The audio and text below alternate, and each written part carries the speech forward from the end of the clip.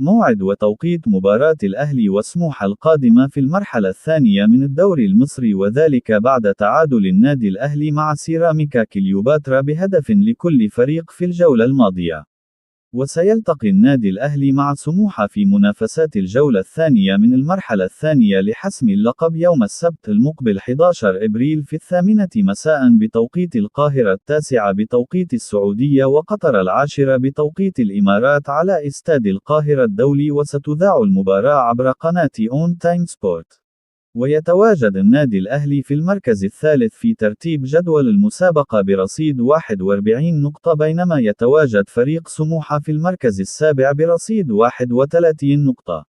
وسيلتقي النادي الأهلي بعد مباراة سموحة القادمة مع بيراميدز في مواجهة قوية في منافسات الجولة الرابعة من المرحلة الثانية يوم الاثنين 27 إبريل، حيث لن يلعب النادي الأهلي مباريات في الجولة الثالثة.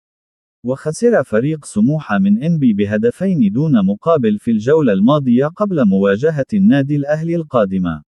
وانتهت مباراة الدور الأول بين الأهلي وسموحة بفوز النادي الأهلي بهدف نظيف في منافسات الجولة 19 من الدوري المصري. ويسعى النادي الأهلي للفوز في المباراة القادمة وعدم نزيف نقاط أخرى في المباريات القادمة لاستمرار فرص الفريق في المنافسة على اللقب لهذا الموسم.